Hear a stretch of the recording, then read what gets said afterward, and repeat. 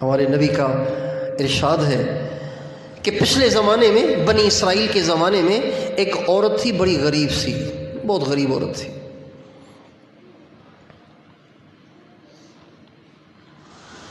اس کا ایک چھوٹا سا گھر تھا، کچا سیدھا سادہ گھر تھا۔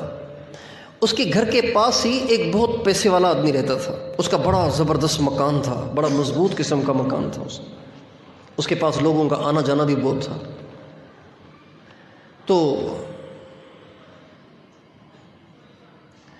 اللہ کی شان، ایک دفعہ یہ جو بڑھیا تھی یہ اپنے کئی رشتہ داروں میں گئی ہوئی تھی۔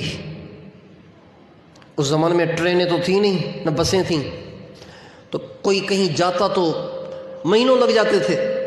تو وہ بیچاری گئی کئی رشتہ داروں میں، تو اس کو کافی دن لگ گئے۔ واپس آئی تو اس کا مکان ہی نہیں اس کا۔ وہ بیچاری بڑی پریشان ہوئی کہ میرا مکان کہاں چلا گیا۔ لوگوں سے پوچھا میرا مکان، اس کی آواز ذرا کم کریں۔ لوگوں سے کہا کہ میرا مکان کہاں چلا گیا۔ کہنے لگے وہ جو پیسے والا رہتا ہے نا تمہارے برابر میں، اس کے چیلوں نے اس کو کہا کہ تیرا اتنا عالی شان مکان، اس کے پاس یہ چھوٹا سا کچا مکان اچھا نہیں لگ رہا، اس لیے توڑوا دو اس کو۔ اس نے کہا ہاں بات تو صحیح ہے، اب میرے پاس بڑے بڑے لوگ آ رہے ہیں، یہ چھوٹا سا گندا سا سیدھا سادہ سا مکان بنا ہوا ہے کچا، توڑ دو اسے۔ اس کو پتا تھا کہ یہ بیچاری بڑھیا میرا کیا بگاڑ لے گی، بھائی بڑھیا کیا کرے گی کسی وڈیرے کا۔ ایک غریب لاوارث بیوہ جس کی اولاد بھی نہیں، جس کا کوئی رشتہ دار بھی نہیں، جس کا کوئی سہارا بھی نہیں، وہ کیا کر لے گی؟ لہذا اس نے مکان توڑوا دیا۔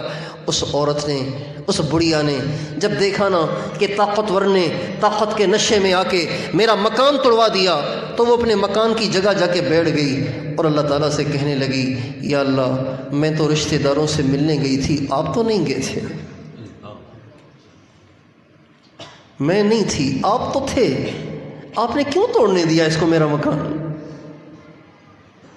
یا اللہ مجھے میرا مکان چاہیے، یا اللہ اس نے میرے ساتھ زیادتی کی ہے، یا اللہ تو اس کو پکڑ، یا اللہ تو اس کی قوت کو، زور کو توڑ دے، اس کے غرور کو مٹی میں ملا دے۔ یہ اپنے مکان کی جگہ بیٹھ کے وہ بڑھیا، لاوارث بڑھیا، بیوہ بڑھیا، اکیلی تنے تنہا بڑھیا اللہ کے سامنے رو رو کر اپنا دکھڑا سنانے لگی۔ حدیث میں آتا ہے ابھی وہ دعا مانگ رہی تھی کہ اس طاقتور کا جو محل تھا وہ اس سمیت زمین میں دھس کے زمین پھٹ گئی، اور محل بھی اندر اور وہ بھی اندر۔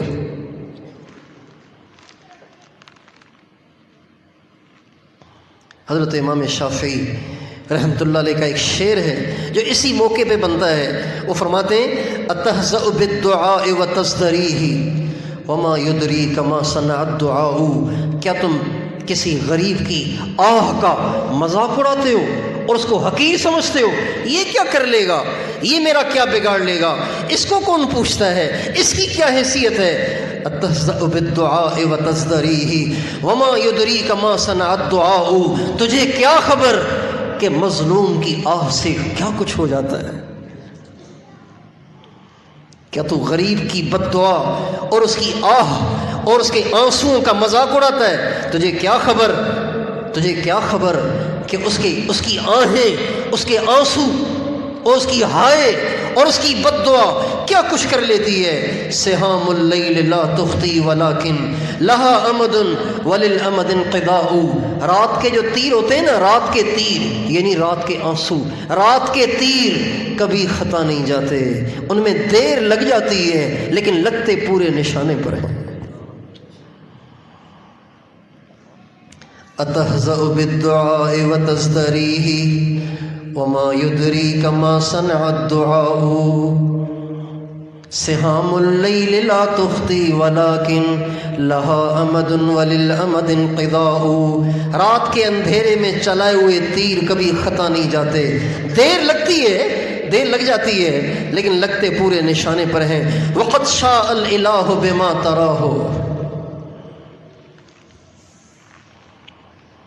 فما للملک عندکم بقاء، امام شافعی رحمۃ اللہ علیہ فرماتے ہیں وقت شاء الالہ بما تراہ، تم نے دیکھ لیا نا کہ اللہ نے کیا کر دیا، تم نے دیکھ لیا نا اللہ نے کیا کر لیا۔